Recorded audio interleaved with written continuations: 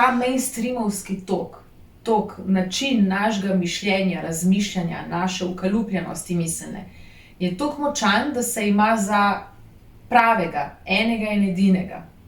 Za tistega, ki je točno tak, kakršen mora biti. In vse ostalo označuje za alternativo. Jaz pa pravim, da se bodo zdaj kmalu pomešale karte. In ta glavni tok, kjer je tekel do zdaj in kakršen je bil, ne bo več to. In ne bo več ostalo določal za podporno alternativo. Ampak bomo videli, pustimo se presenetiti, ne? Ne bom zdaj napovedvala, ker nisem za horoskope. Tako da pustimo se presenetiti, ali bo kakšna alternativa, dozdajšnja alternativa, veljala po ta novem za ta glavni tok.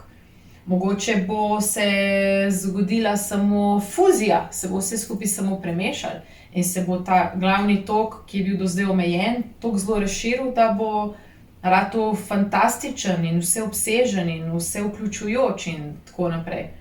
Ampak ne glede na to, kaj se bo zgodilo, pravim, je pomembno samo to, da se zdaj zavedamo, da to se že dogaja.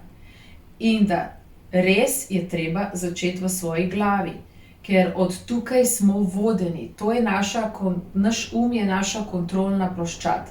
Naš je naš daljinec, s katerim upravljamo sami sebe in svoj način bivanja in torej vse, kar k temu spada. To je pa vse.